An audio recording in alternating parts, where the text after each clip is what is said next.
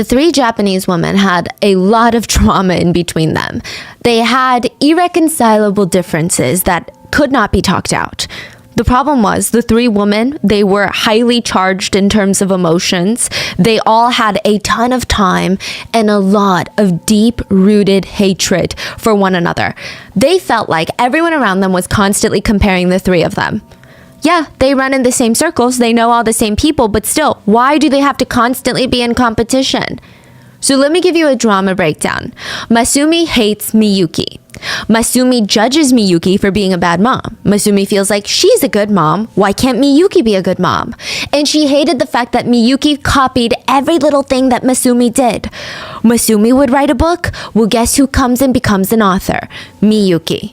And all of this would eventually lead to a lawsuit. Then enter into the dynamic Kanai.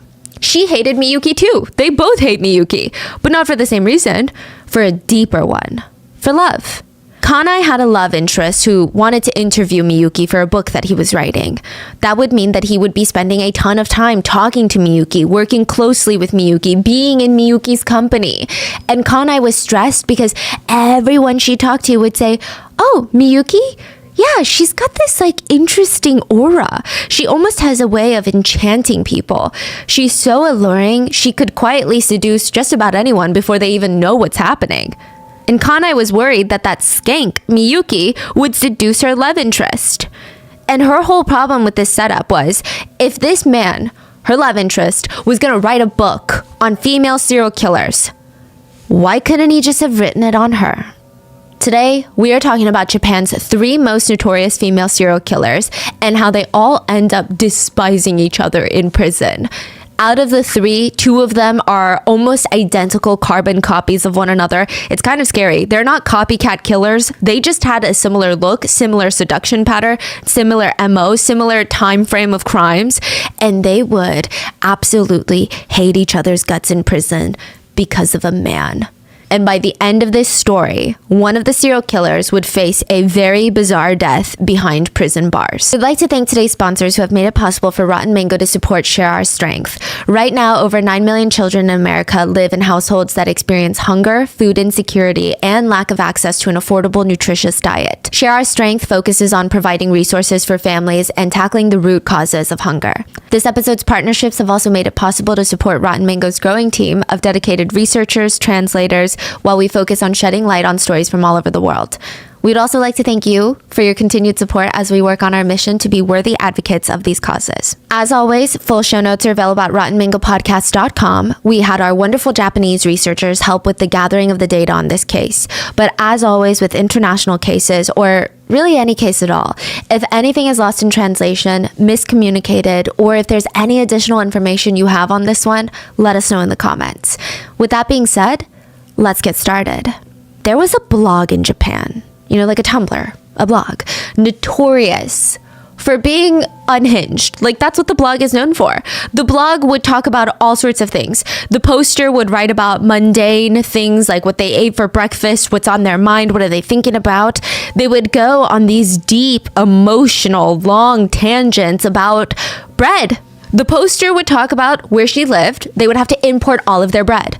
They always got it from the same company, Yamazaki Baking Company. Each slice of bread was 163 calories and it would arrive 4 days before the expiration date. And if they were lucky, sometimes it would arrive 5 days before the expiration date.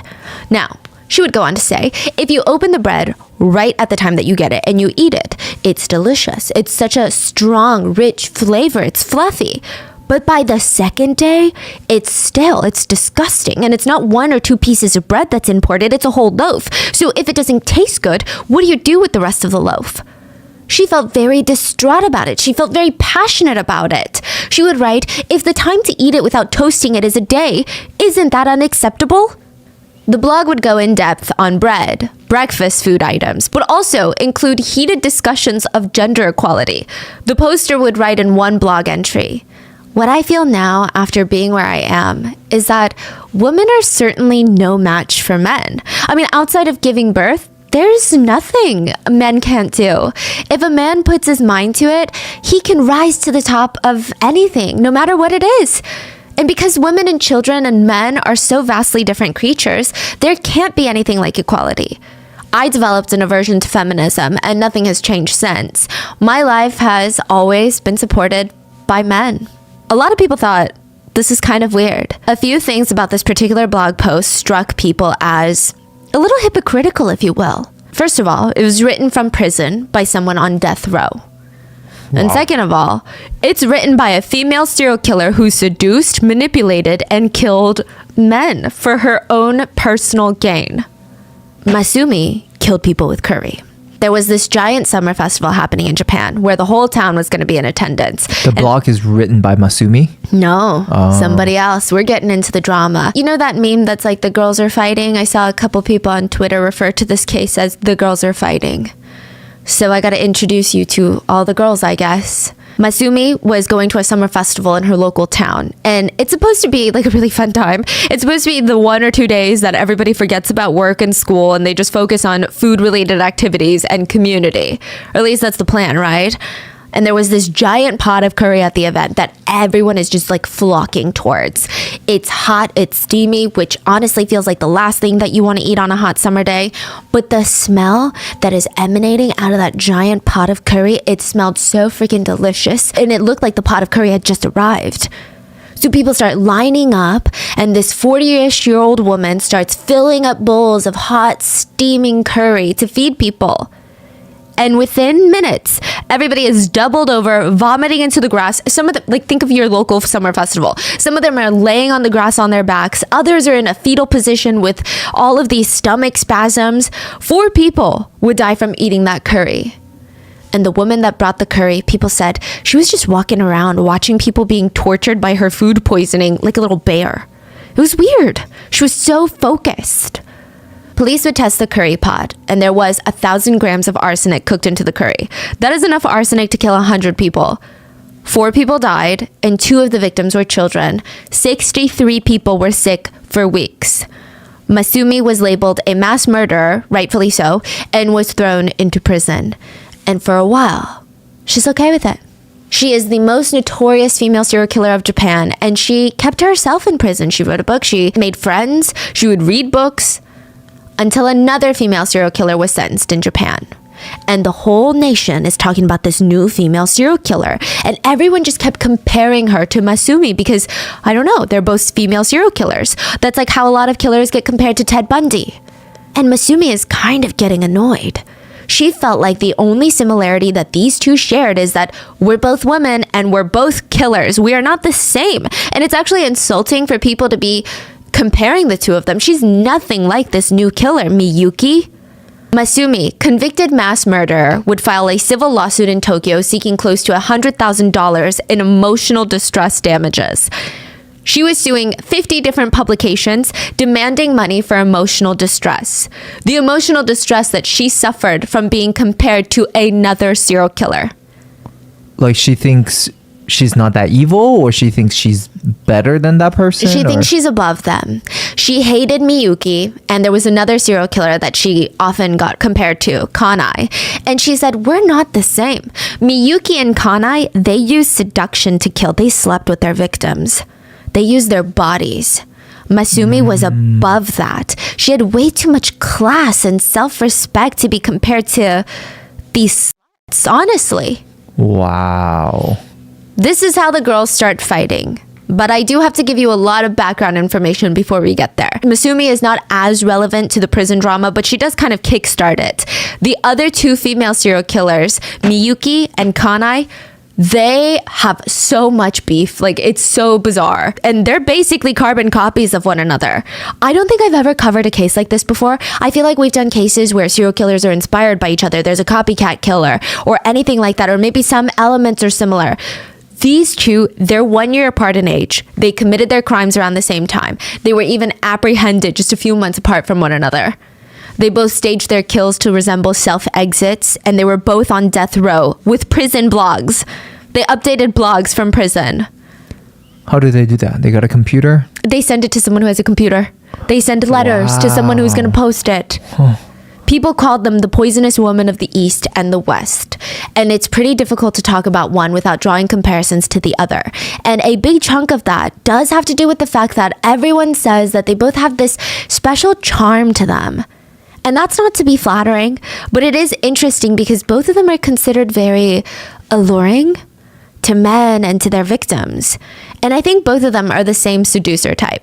According to Robert Greene's The Art of Seduction book, there are 9 archetypes of lovers or seducers.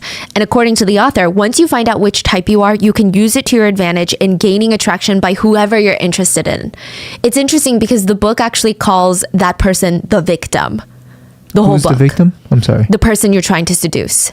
Is the victim. The book calls it the victim. Also, according to the book and Robert Greene, and I've paraphrased this for length, let's go over the 9 archetypes of seducers.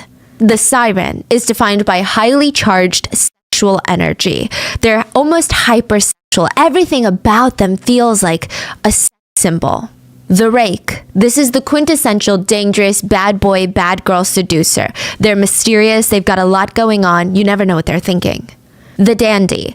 They embody freedom. Like being around them makes you feel like the sky is the limit. They have no rules in their life, no clothing rules, no body image rules. Everything is so open.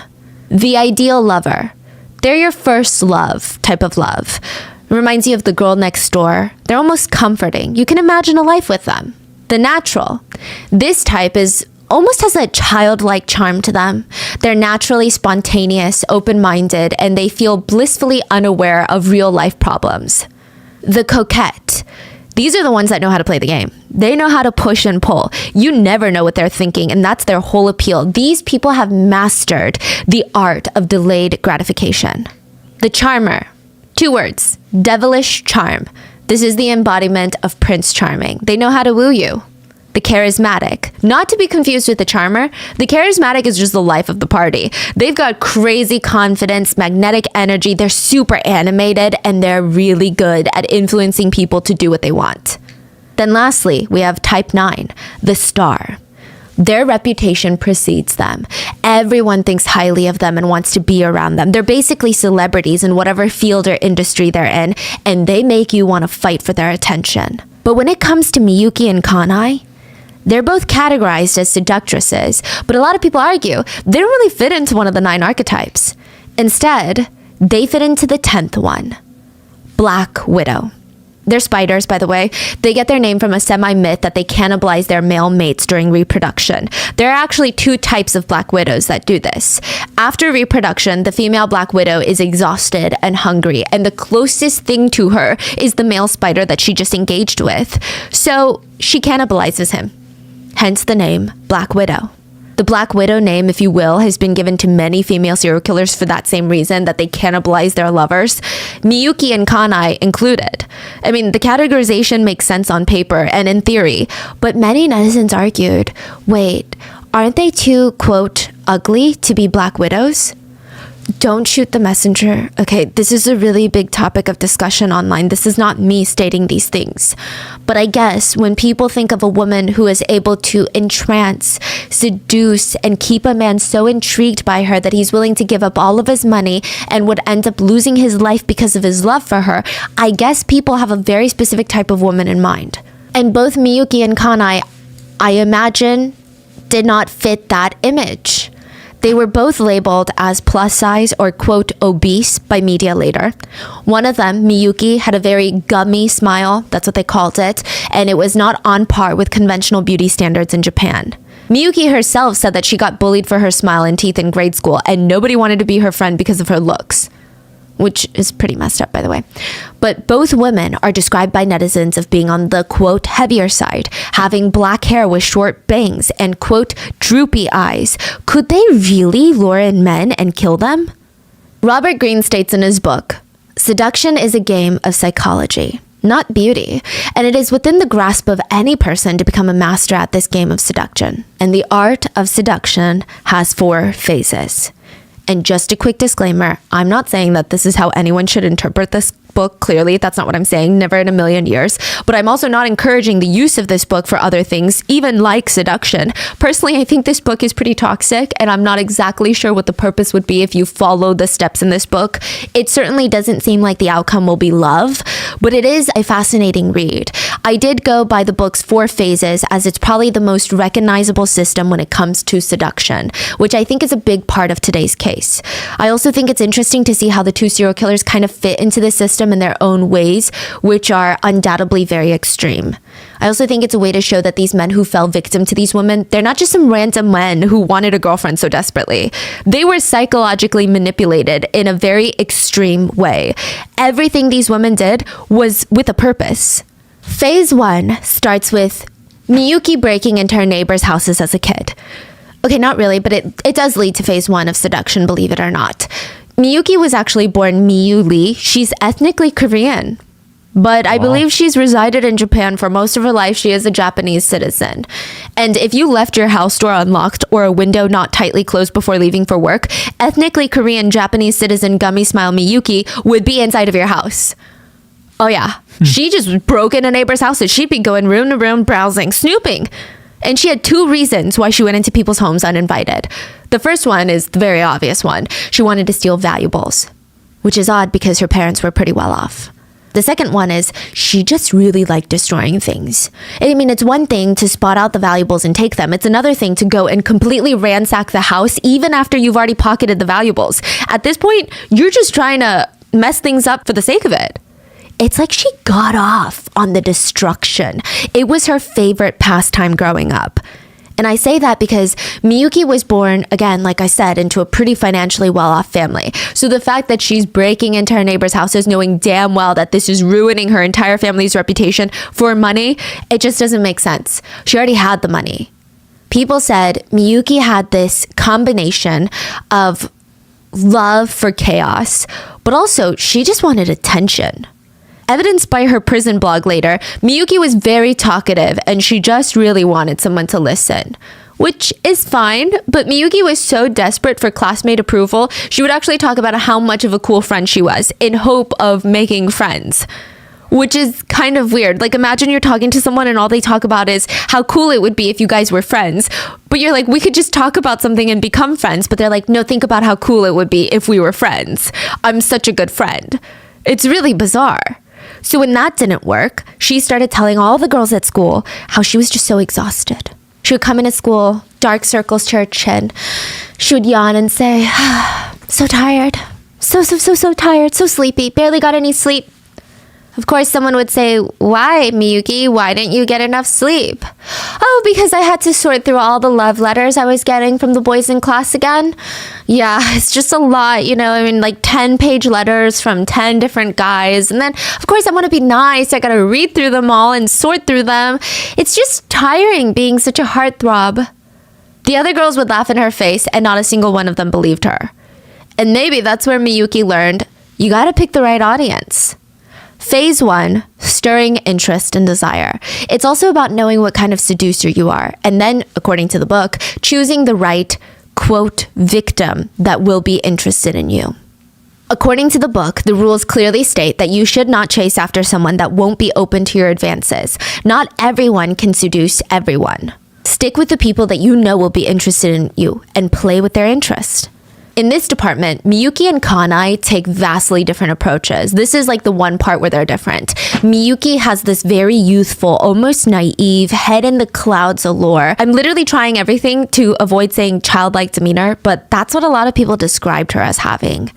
Or at least she played into it. She's able to bring out this side of victims who just want to protect her. She seems so emotionally immature and naive.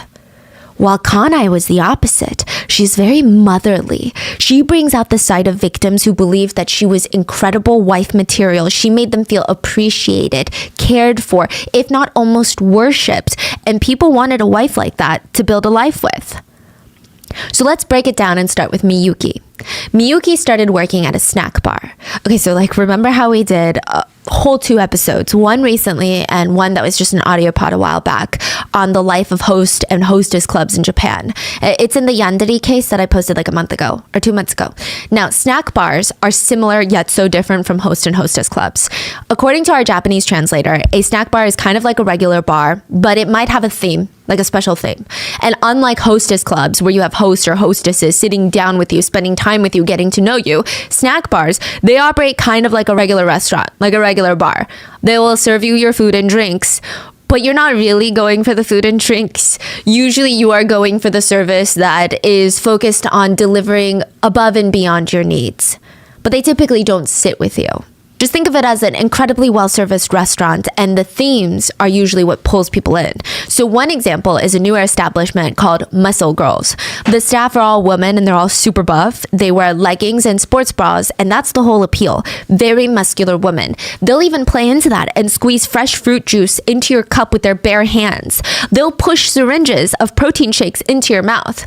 And it's really unique. It's a fun concept, honestly. Or some of the maid and butler cafes could sometimes be categorized as a snack bar. They have a theme of all the workers wearing maid costumes while they run the place. You get it. So it's not necessarily an establishment that you go for like a quick meal or a delicious drink. You're trying to enjoy the whole atmosphere, the experience. Miyuki starts working at a snack bar that primarily hires, quote, heavier women, which... yeah, I mean, who defines that? But I guess they're considered heavier by Japanese conventional beauty standards.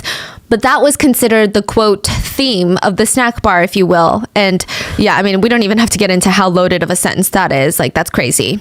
But yeah, she ends up at one of those bars, and at least she knows that the men coming into the bar, they weren't looking for someone that fits the very stereotype conventional beauty standard. And she starts working on seducing them. And Miyuki just kind of has a wild life. She was married 2 times while working at this bar. She had 5 kids total, and she still seduced a ton of guys at the bar. And I'm not saying that as like moms can't be seductive, but more so of where is she finding the time? Like that's crazy. 2 marriages, they were really brief, by the way. But one thing was that she was adamant on when she was divorcing her husband, all she wanted was full custody of her children. Even Miyuki's friends and her family, they were begging her to put up her children for adoption because they didn't think that she had what it takes to raise 5 kids well. But she insisted these are her babies. She will never give them up.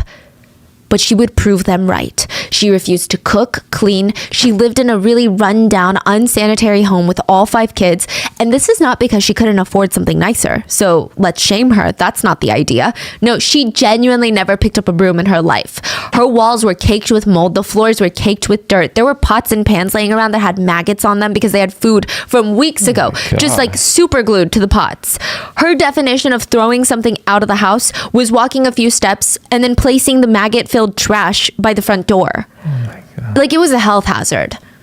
The 5 kids' primary diet consisted of just bland bread and rice balls from the convenience store. It's like the cheapest thing that you can buy, but it's not really nutritious. I mean, there's not a single vegetable in sight. Meanwhile, Miyuki would take all the money that she earned at the snack bar and she would spend it on herself and her coworkers. This is so strange, but she would take her coworkers out to eat and treat them to full sushi dinners, which is pricey. If they tried to pay, she would fight, no, like it's nothing. It's on me. But then she would go home and feed her kids rice balls. Most moms that we know would do the opposite. They would feed their children the best food, but Miyuki was obsessed with that outside validation and praise. You're so kind, Miyuki. You're so rich, Miyuki. Back to Miyuki's clients. Mama, which are bartenders that work at snack bars, aren't known to be super flirtatious bartenders or hosts compared to other establishments, but Miyuki just had a way of sweeping her clients off their feet. It just felt so effortless. She knew the right looks to throw at them. She knew the perfect smile. She knew how to start a conversation with them that focused on them. And I know it sounds very like, well, yeah, duh, that doesn't sound too hard, but she clearly was doing something right. Even after the crimes were exposed, journalists went to go talk to her in prison, and they were shocked by her energy. She's always described in reports as this monstrous serial killer creature, almost sucks the life out of people, which she is, as a serial killer with no remorse, right? But they said when you meet her, and everyone always describes her as being obese in papers, she's so petite, and it must be her energy. Because they're saying, like, technically, I guess medically speaking, she is on the heavier side than the average Japanese person. But something about her energy makes her feel like a little kid that you need to protect her. She feels so frail and petite, like a little baby. That's how they describe it. She's so soft-spoken. She seems so fragile. She almost acts like a perpetual 12-year-old. And for some people, that brings out a side of them that wants to shield her from the reality, like the harshness of this world. Miyuki would purposefully approach middle-aged men at work that seemed lonely. She would flirt with them, put on her charm, and she would insinuate that she would want to meet them outside the snack bar, something that she's not allowed to do, by the way. And once they're captivated by her, they would agree. She would take them to a love motel. They would get intimate, and she would just sink her teeth into these men. One of her exes stated, "I was so shocked. She was so good in bed, I became addicted to her." And it just makes the men sound simple, right? Like, they all just want to be intimate with her, and like, maybe. But ultimately, regardless of her intimate relationships with them, it said that she knew how to make men feel wanted and special. Something that's even more rare in Eastern culture, where women are expected to be shy and reserved. She had this very bubbly energy. Side note, a lot of these boyfriends had wives and families. And Miyuki would use that to her advantage. A lot of these men, they loved the idea of being family men. So they prided themselves in being faithful to their wives, faithful and loyal to their family. And anything that goes against that, they're not interested. And you would think maybe if a young hot girl walks by and is like, "Oh my gosh, like, look at how hot I am, you could have this," these men would say, "Absolutely not. I have a wife and children." But Miyuki was so slick. She would make the men feel so young again, talking about herself and how she's a hopeless romantic without even involving them in the equation. She would boost up their egos in separate conversations. She would take care of them in ways that made them feel like, wow, this is kind of nice. And she did it all so innocently. Instead of being like, "Oh, you have a wife? I bet she doesn't treat you like this." She only ever spoke highly of her boyfriend's wives, unless they started opening up about the marriage struggles. In one relationship, they literally started this friendly, flirtatious banter by showing each other pictures of their own children. So the married man would show her pictures of his kids, and she would smack his arm flirtatiously and say, "My kids are cuter." And then she would show him pictures of her children. Then he would say, "No, my kids are cuter." He would show other pictures of his kids, and she would say, "They are so cute. But you know, my kids are still cuter." And it feels technically so innocent because he's married and showing off pictures of his children, making it clear that he has a family that he cares about. She's also showing pictures of her children without saying, "Leave your wife and kids for me." But the way they're doing it, it has this flirty banter feel to it. It has this intimate feeling. It's almost like that fate feeling. We're not trying to be nasty. We're just getting along too well. He would end up starting an affair with Miyuki. Kanai, the other serial killer, would take the opposite approach. So instead of having more of that youthful banter, she focused on being the perfect motherly figure. So while Miyuki is playing this, "Oh, I have a troublesome childhood and I'm just a girl," that type of energy, and like this emotional immaturity is being used to make the men feel more masculine, like they're more in charge, and like, "Oh, she's too naive to manipulate me. She cannot possibly have those complex thoughts." Kanai, she focused on presenting herself as the ideal wife. She came from a town. Have you guys heard of Hokkaido cream? It's a region in Japan that's famous for their dairy. So like if a product uses milk from this area, they'll write it on the packaging. That's how famous they are for their dairy products. The population of that town is 14,000 people, and there's 120,000 cows in that town. Yeah, so that's where Kanai's from. But I digress. Kanai was forced to learn the piano since she was young, and that kind of kick-started something in her, where she's like, people are praising her for knowing the piano so well. The piano is such a graceful thing. It's almost like a classy, elegant thing. She seemed to like that praise. So she went on to do pretty well in school, and she was very responsible as a kid. Classmates would say that, yeah, she's pretty mature for her age. And this is not what I'm saying. This is what her classmates are saying. They said that she was, quote, sexually mature for her age. Again, their wording, not mine. One classmate alleged that even in high school, Kanai would talk about how she had this hot boyfriend, and everyone was like, "Well, can we see a picture of your so-called hot boyfriend then?" She whipped out a picture, and sure enough, it's a picture of Kanai and a 40-year-old man. So she was groomed as a minor.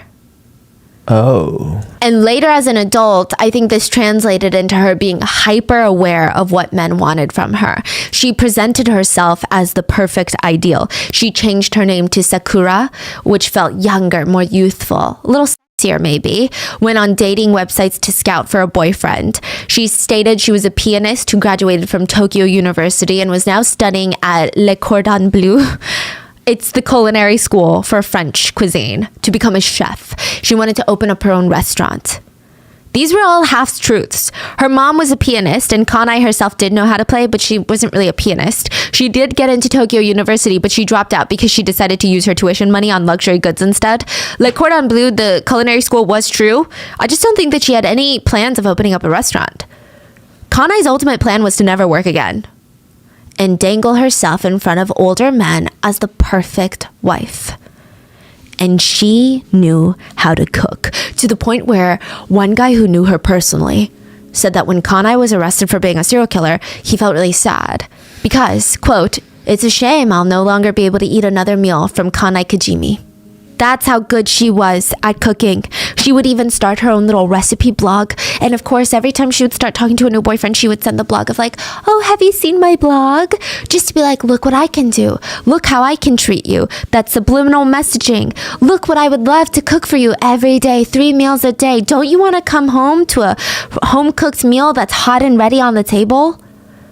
One boyfriend said her attention to detail was out of this world. Like, it was exhilarating to be with someone like that. She would wake up every morning before he went to work, made him pasta, fried chicken, pork, and as soon as the ice in his iced coffee started melting, she would replace the ice to not water down his coffee.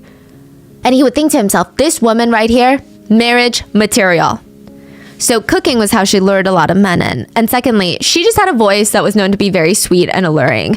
People said it sounded like a rolling bell. I've never heard of that, but they said it was so smooth and so pretty. It sounds like a chime rolling across the ground. Some said it sounded more like a gasp. Her voice, the way she speaks, it was so graceful. Her whole demeanor, they said it was incredible to watch her in person. So elegant. Another person stated, her voice is so beautiful. Her speaking voice is honestly full of sexiness and elegance that makes it sound like she's gasping and panting for breath every second.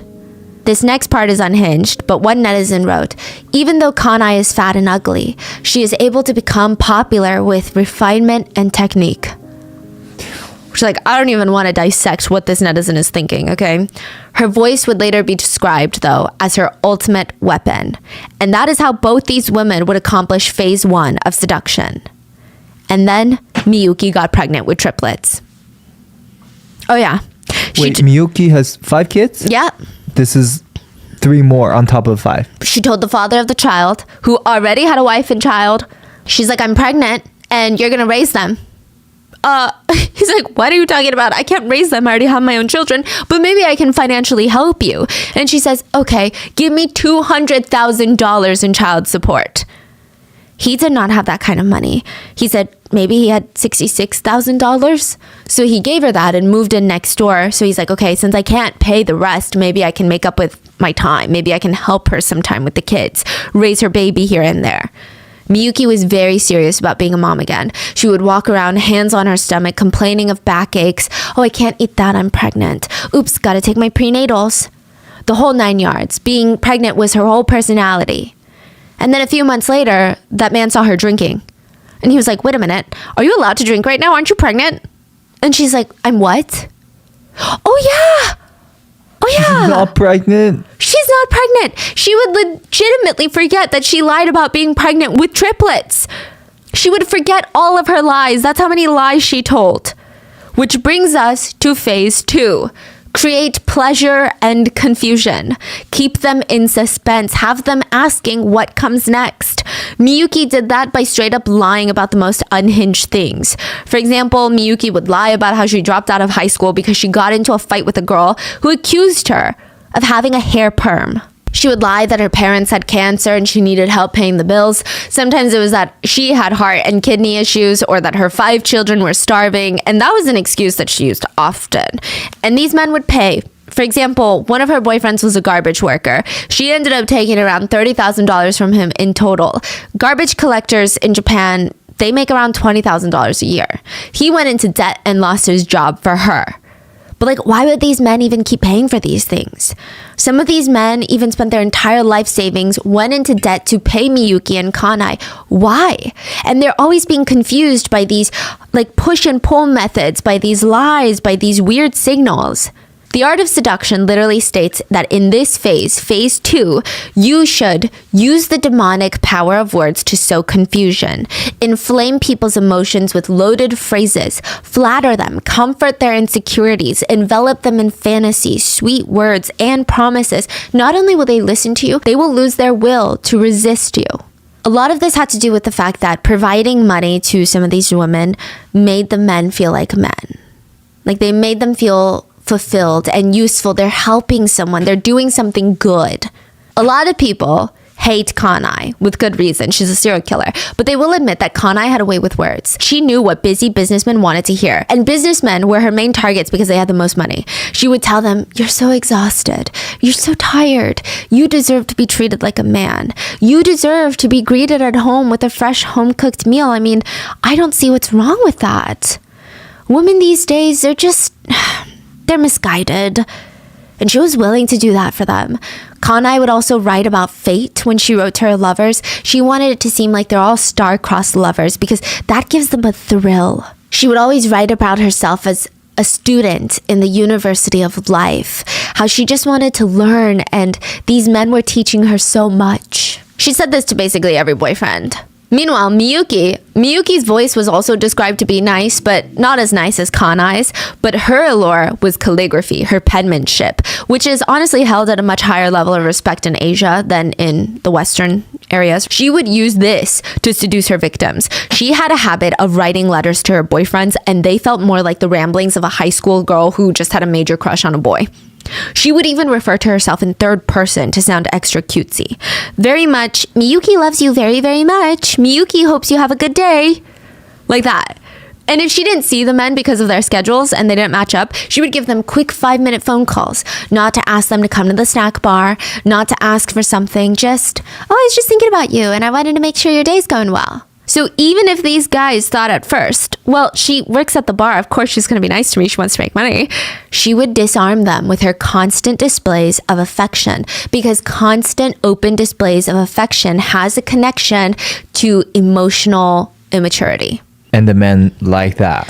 Men feel like they are the ones in power and this girl is too emotionally immature to ever be able to manipulate them. So they become more vulnerable around them. If she was hanging out with her boyfriends and one of them kept rolling their neck side to side in the middle of a conversation, she would take note of it, not mention it that day, but the next day she would have ointment for his neck ready for him.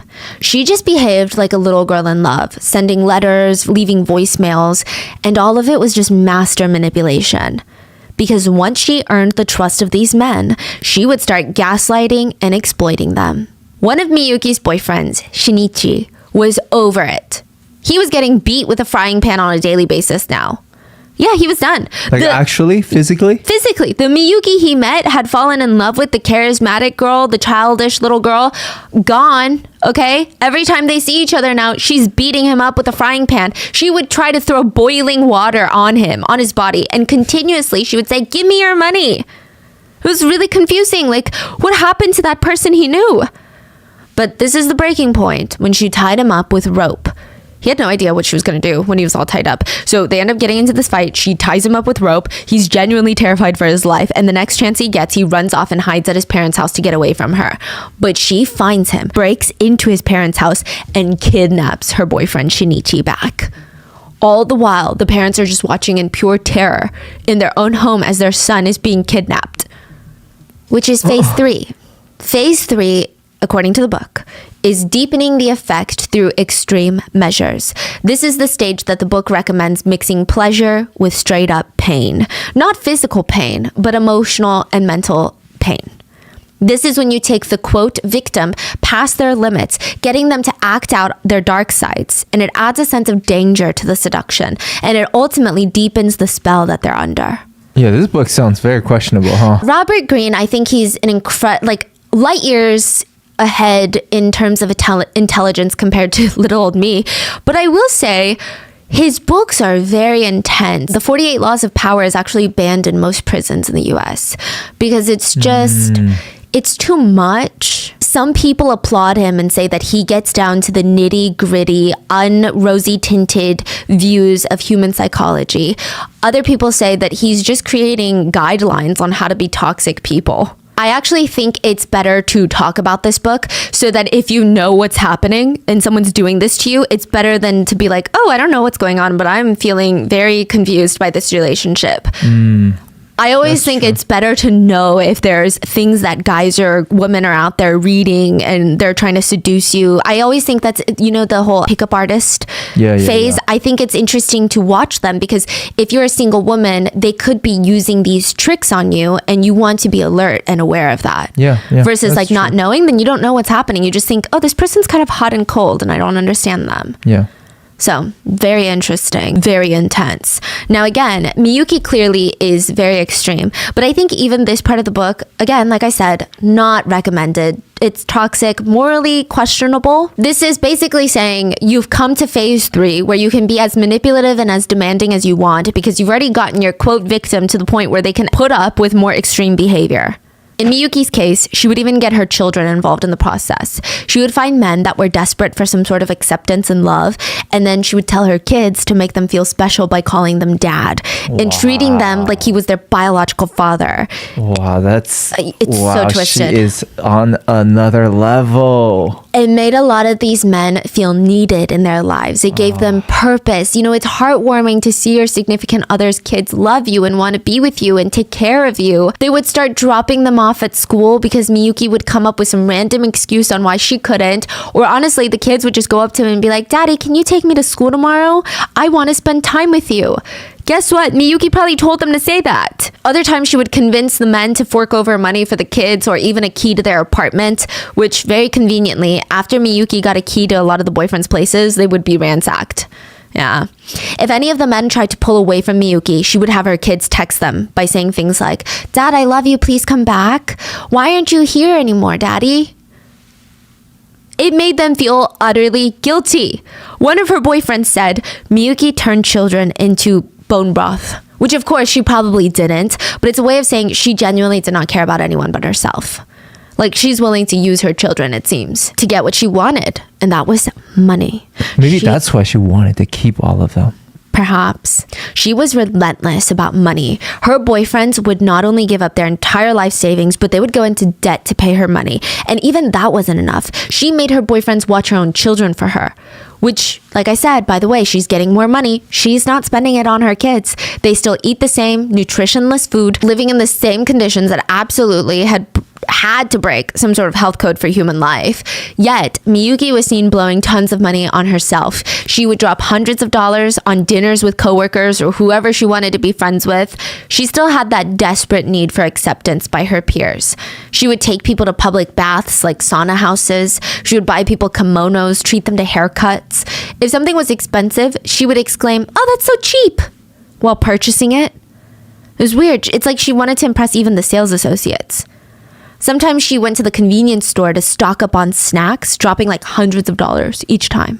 What's so interesting is that a lot of people would assume that these two women would have an obsession with luxury goods, right? I mean, they're willing to do wild, crazy things for money. They must be obsessed with Gucci, Prada, Chanel. They must be like those crazy gold digger women. They actually spent all their money on random things. Miyuki would spend so much money at the convenience store and on her coworkers that she later said she hated. And Kanai would spend $15,000 a month, and she would just spend it on stuff for her Shih Tzu, her random pets. She would buy them like these random pet gadgets at the pet store that nobody needs, like a pet massager for hundreds of dollars that really doesn't work. Nobody needs it. Who's buying it? She never spent a lot of money on designer clothes, but her hangers. Like she wore very affordable clothing, but she would buy hangers that were very fancy and $10 a piece. $10 one hanger. That's the price of whatever you're probably hanging. She would go on these trips to hot springs, golf trips, and of course, she spent a ton of money on cooking classes. And Kanai was really good at picking her victims. She would go for men that were older, and she would sell them the dream of her being a chef that opens up her own restaurant one day. And they were more likely to help her because they're getting old, they're financially better off, and the one thing that they can't have is that time and excitement again. So they want to vicariously live through her. You know, I saw a video essay recently on this is kind of a tangent, Jeff Bezos and Lauren Sanchez. And a lot of people thought it was confusing how Jeff Bezos, after his divorce, started dating Lauren Sanchez. People thought they just didn't really work on paper. But everybody that knows Lauren Sanchez in person said that she is almost like a kid with how excited she gets about everything. She's so animated. She's like the life of the party. If you buy her a present, she's probably the type to like run around the room over a small gift coming from a billionaire where it's like 0.0000% of his wealth, you know? But it's just, Kanai's kind of playing into that. They're vicariously living through her. And she knew that, and she's honing in on it. These men, they're too old. They've got too many rules in their life, too many crazy professions to actually chase after their dreams. But when they watch Kanai do it, which are all lies, by the way, she had no dreams of working, they would get excited again. They would feel youthful again. And phase 4, as stated in the book, is moving in for the kill. The book states, if your victim is to be sacrificed, then it must be done swiftly and cleanly, leaving you free, physically and psychologically, to move on to the next victim, and then the game begins all over again. Clearly, this is meant to be interpreted as, if you're no longer going to be with this victim that you've spent all this time and energy seducing, break up with them, make it clean and swift, and then you get to move on. But that's clearly not what serial killers Miyuki and Kanai had in mind. May 13th, 2004. A train running on the Inbi line slammed into something and came to a halting stop. Police are called to the scene, and they find a box on the train tracks. Inside the box was a 42-year-old reporter's body. The man worked for a reputable newspaper, had a wife and kids, and now his completely battered body was found in a cardboard box on the train tracks. Is he passed already, or okay? He passed from the train hit. There was a note at the bottom of the box, and it read, I was supposed to protect her, but I was doing the opposite. I was happy to meet a woman like Miyuki. When I met Miyuki, I learned what true love was. Miyuki is not his wife's name. To the police, this just sounded like a man who had an affair, could not live with himself, so he exited his life. And exiting via jumping in front of a train is pretty common in Japan, so they didn't think much of it. In Japan, about 600 people a year exit by jumping in front of a train, while in the US, about 300 to 500 people do that, which doesn't sound alarming until you factor in the population size. Japan has about a third of the US's population, so the number of self-exits by train in Japan is alarming. I mean, I think in both countries it's alarming, but more so in Japan. It's so prevalent that the Japanese have created a word for it. In a really weird, sad fact, but a lot of train companies will actually charge families of those that exit. They will charge them a large fine because the person that exited caused a public disturbance and inconvenience, which is highly, highly frowned upon in Japanese culture. So there's that. Miyuki has never been officially convicted of the reporter's murder, but in hindsight, netizens think it's weird that the police didn't investigate or even perform an autopsy. This is the first death associated with Miyuki, and it's just strange. So we're to believe that this reporter grabbed a box, threw it onto the train tracks, jumped down, then curled up in there, somehow managed to close the box up well enough, and then quietly waited in anxiety for the train to come and just like listen to it approaching. Usually exits are known to be impulsive. This feels like a very long time to sit with your thoughts. And it's very morbid, but it just doesn't make sense. It feels incredibly unnatural for someone to do this, psychology-wise.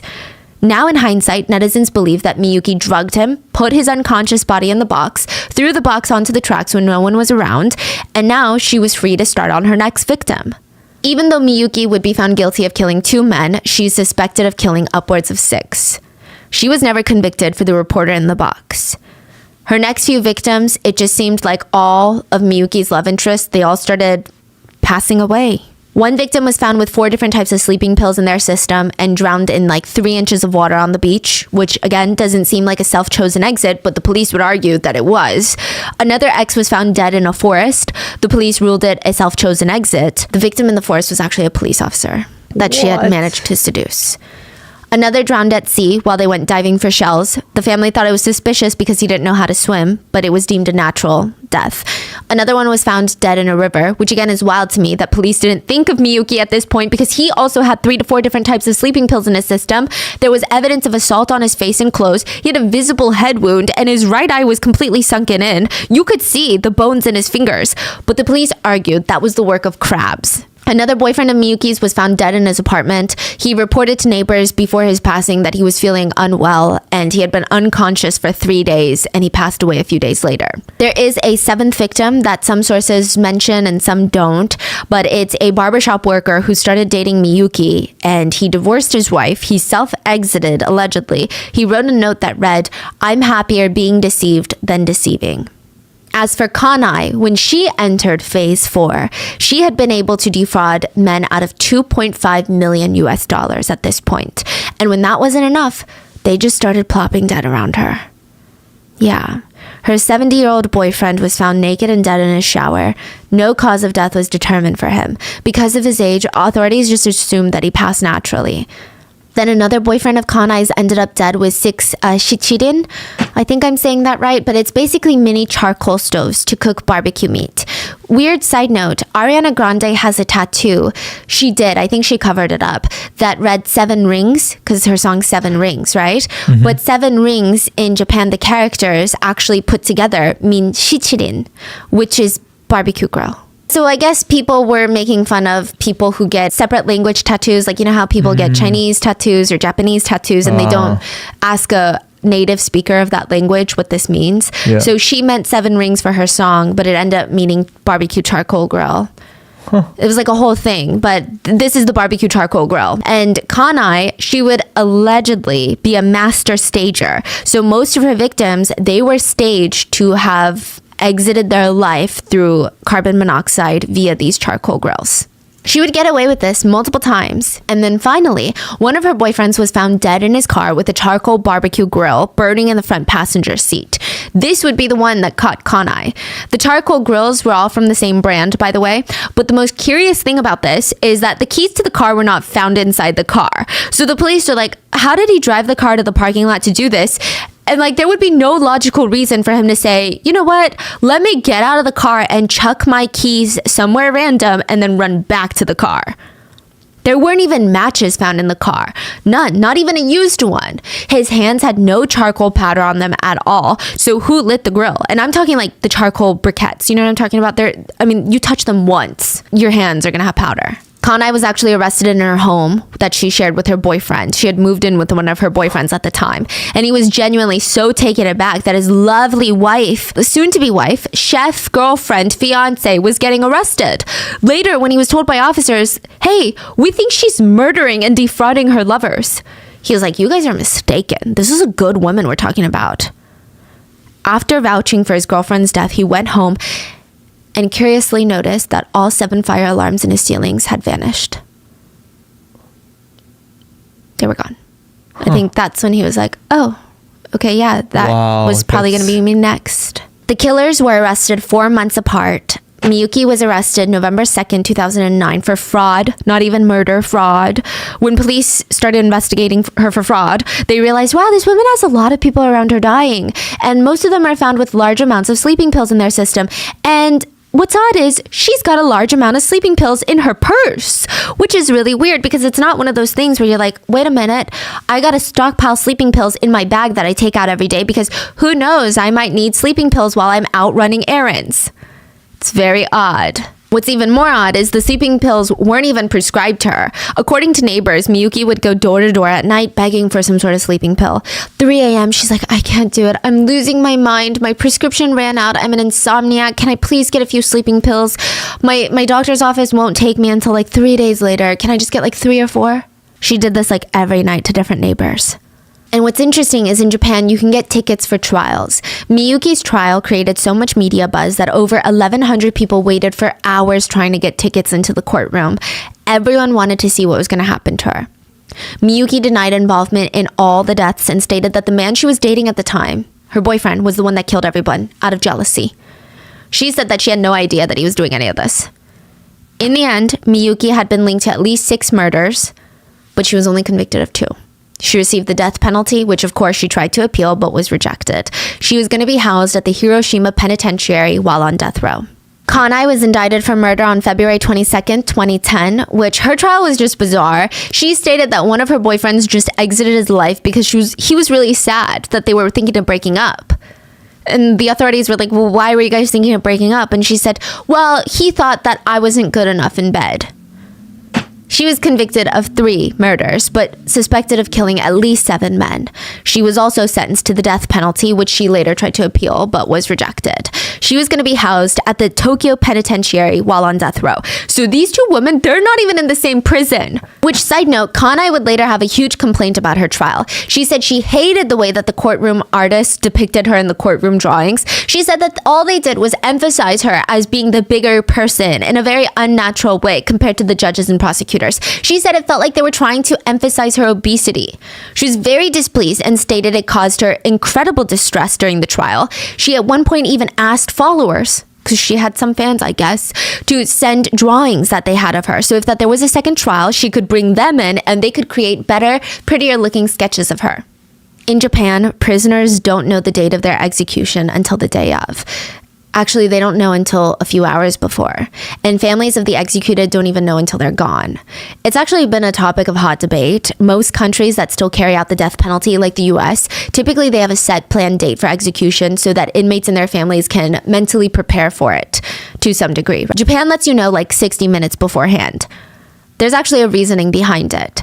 Back when Japan used to tell you the date of your execution like the other countries, they found that a lot of death row inmates were choosing to self-exit. So they changed it to 1 or 2 hours before so that you would not have the time to self-exit. The UN Committee Against Torture has previously criticized Japan for the psychological strain that this leaves on inmates and their families. And it's kind of wild. So they tell the inmates 1 or 2 hours beforehand. They bring the inmates into a highly surveilled isolation cell. Their coffin has arrived this morning and the prison guards have already set everything up. They place handcuffs on the inmate, bring them into the execution room where they're told to step on a giant X marks the spot. A white bag is placed over their head and they tie a rope around their neck. 3 guards exit the room and simultaneously push buttons, 1 each. So a total of 3 buttons, but they don't know which button is the deadly one. And then it releases the gallows trap. So like Squid Game, the floor pops open and the inmate falls down into the room below. It's a full suspension death. That room has a glass wall where the inspector and warden can observe and confirm the execution. A lot of inmates on Japan's death row have complained that this adds so much psychological pain and anxiety from not knowing when their lives are coming to an end. But those who support the death penalty, and again, I'm not stating my opinion, those who support the death penalty have stated, well, victims of crimes also don't know when they're going to die because it's not really a choice they made. So some people are for it, some people are really against it. So both Miyuki and Kanai journaled about it, and they started blogs in prison, which like 2 things about that. They're so similar. And also you can start a blog in prison. Miyuki had a section in the local monthly paper called Paper Bomb. Her section was called From the Hiroshima Detention Center. She would do a monthly column about what she was thinking about, what she was eating, everything about her life in prison. And she would also try to convince people that she was innocent. She would also invite reporters to come visit her to write articles on her crimes. And one thing that reporters noted about her was she still cared so much about what people thought about her. And she hated the fact that people thought that she was sleeping with clients while she was working at the snack bar. She was in jail for killing several people, but it seemed like she was more occupied on the rumors that she was going to karaoke bars with some of her clients after work. She would also go on these long tangents about how all of her friends were so desperate that they were doing everything in their power to try and get her out of prison. Most journalists knew that she had no friends, that they did not exist, but she was creating them in her head to give herself something to look forward to. She also told reporters not to talk to any of the girls that worked at the snack bar because they always, quote, told lies. And the people that live near her, her neighbors, they're not credible either because they're on welfare. But she wanted her blog to segue into an autobiography about her life. So Masumi had written a book in prison and it had kind of humanized her, I guess, in a way. And Miyuki wanted that for herself. She wanted to show her, quote, human side, her non-violent side, to reveal the truth to the world that the trial was unfair. She felt like this was her ticket out of death row. What's so interesting is that when Kanai was arrested a few months after Miyuki actually sympathized with Kanai. She hated the fact that the media focused so much on Kanai's looks, just like they had done with her. People were talking about how it was impossible, like not feasible to ever think that so many men were so attracted to these women. People were being disgustingly fatphobic, and they straight up said these women were too ugly to commit these types of crimes. Miyuki was on Kanai's side. And Kanai, she seemed to be okay with Miyuki until she reads a book in prison about Miyuki's crimes. The book is called Moth Attracting Lantern, Totori Suspicious Deaths. It was written by a reporter named Osamu Aoki. Kanai had the world's biggest one-way crush on this reporter, Osamu. She would write in her blog about him nonstop, about how she doesn't think that he's in a relationship right now. I mean, not that any of that information was made public, but she would dissect random articles that he wrote to be like, see, this is why that I don't think that he's in a committed relationship, which means he's single, which means I have a chance with him. She would continue to compliment him on her blog about his long, smooth, straight, slightly gray hair. She would talk about how it suits his face frame so well and how excited she would be if someone that handsome ever came to visit her in prison and interview her. She said she would be thrilled even just being able to look at him all day. She thought nobody was as passionate as Osamu when it came to justice. But when that book on Miyuki's crimes was released, she thought, did he choose Miyuki over me? I'm shocked. I've lived my whole life without ever being jealous of another person until today. I am furiously jealous. The only comfort was a detail that Osamu called Miyuki a, quote, plain and dull middle-aged woman. So Kanai, the reasonable, ever-logical, completely normal, understanding person that she is, wages war on serial killer Miyuki through her blog. They're not even in the same prison. Kanai had a blog post where she wrote, I think Miyuki is an idiot. I think so. No matter what the great Osamu asked her, she kept evading the question. If she didn't want to answer the question, she should have just refused his interview. She doesn't understand how lucky she is to have a talented journalist who is willing to listen to a defendant's story without passing judgment on someone. She is a huge, huge idiot. I am so mad. It was a big mistake that she was even chosen by the Mr. Aoki. She doesn't understand the pain that the ones that have reported on my case, they were all a bunch of freelance writers. You know, I thought about that and I cried.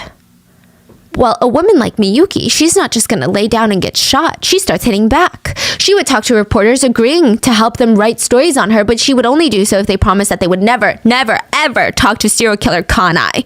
She once cut a reporter out of her life, one of the closest relationships she developed in prison, because she randomly started suspecting him of also trying to do a story on Kanai. If you ever brought up Kanai, she would get angry, but she would try to rein in her anger because at the end of the day, you're a reporter and she cares about what people think about her. And she would just blurt, I think she insults people too much. I can't stand her style of looking down on people. I even feel sorry for her, so filled with hatred. Sometimes if a reporter would bring up Kanai, they would see Miyuki's temper flash for a second, almost like, what did you just say? That's how she would look at them. But then she would smile and become passive-aggressive. I don't want you to compare me to her. She and I are different people. Even if she's a different person, it feels like we're almost different humans. It's not that there's anything wrong with her, and I don't want to discriminate. I just don't think we're the same. You know, these evil people, they've been getting around in their life, manipulating others, getting their own ways in life. Now they meet another similar character. They can't do that to each other, so they just despise and hate each other for that. It also reminds me of, it feels like they're both looking in a mirror and they hate it. Like they're facing reality. Like they hate each other so much, but they're identical. Right. They probably put themselves on a pedestal, and then now they look at someone else that's like, yes. Yeah, but it's like, no, that's exactly who you are. But they just don't want to face that reality. And the reporter would ask, are you talking about Kanai's appearance? Like, what discrimination are you saying? Well, I think Miss Kanai had her way of living, as do I. I want people to seriously come to terms with how she lived and how it was different from me. Then she would promptly end the interview, thank the reporter, leave the visiting area, and never contact them ever again. Kanai would hit back and write blog post after blog post, insinuating that Miyuki was trying to date reporters that she spoke to. She wrote, Miyuki, you seem to enjoy being interviewed in the papers, on TV, and in the magazines. No matter the platform, but is there anyone in the press that you're dating that truly understands you? She was trying to imply that no one in the media actually cares for Miyuki and she's just a dumb little girl that thinks they do. She also took a dig at Miyuki by stating that she doesn't even know what she did. She was like, I don't even know about your crimes until the great Osamu wrote a book on you. Yeah. Either way, Kanai stated that she felt bad for Miyuki for being used by these reporters, and she felt so sorry for her for spending so much of her useless time catering to them. Yeah. I mean, it's kind of crazy. They're taking passive-aggressive digs at each other, and you have to constantly remember, these are serial killers on death row. Side note, throughout all of this, Osamu never engaged in conversations with Kanai. In fact, he flat out told other reporters when asked about this, he said, I'm not interested. But when they kept asking about Kanai, what do you think of Kanai? He stated that she did deplorable things and she was a very intelligent woman. And that was enough for Kanai to stay hopeful in their non-existent relationship. What's wild is Kanai actually gained a few fans through her absolutely unhinged prison blog. One netizen had even gone to her trial, saw her in person, and stated, Kanai is a goddess playing the role of a villain. Some of them would even bring her butter from her hometown, Hokkaido. And then, on January 14th, 2023, so this year, Miyuki's last words were, you can't just eat ramen, before she died choking on her stir fry. What? It's almost too horribly ironic to even mention, but Miyuki was 49 years old when she died. And let me explain. We don't actually know if these were her last words, but these were her last recorded known words. A reporter came to visit Miyuki, and she was asking the reporter about what kind of food he enjoyed. And he stated that he basically lives off of ramen, kind of like a college student. And she scolded him saying, you can't just eat ramen. And then visitor time was over. She went to her prison meal time where she choked and died on noodles. What? The last meal Miyuki had was rice, yakisoba, grilled fish, miso soup, and veggies. Some sources say that she also had fried ham potato salad and spaghetti salad. Most people agree that yakisoba was the culprit to her death. Yakisoba is a stir-fried noodle dish with a sweet and savory sauce, kind of like a chow mein, I guess, if you had to make a comparison. Yeah. I mean, Miyuki always did have health conditions that she was born with, so she was more susceptible to choking on her food. But there are some online rumors that the prison kitchen, which is run by inmates, always gave her intentionally really dry food in hopes of killing her. Because I guess everyone hated her for being a serial killer, and she does objectively have a very annoying personality, is what a lot of people stated. Her whole, well, they're on welfare. She seems very passive-aggressive. It's rumored that they would specifically give her barley rice instead of white rice because barley rice is drier and harder to swallow, especially if you already have issues with your esophagus, which Miyuki did. There's no evidence of this, but it's interesting. Some netizens were also upset that Miyuki was never executed. They felt cheated out of their taxpayer money. They felt like we paid for her to stay alive so that she could be executed by the state, but then she just died. So why did we pay so much money to keep her alive? And then some people went the other extreme and felt like what she did was wrong, but she didn't deserve to be demonized. They felt like the media was painting her out to be this person who hated her kids, but maybe she was actually good to her kids and she used that money on her kids. What? They got this from just like random interviews Miyuki did where she talked about how she loved being a mother.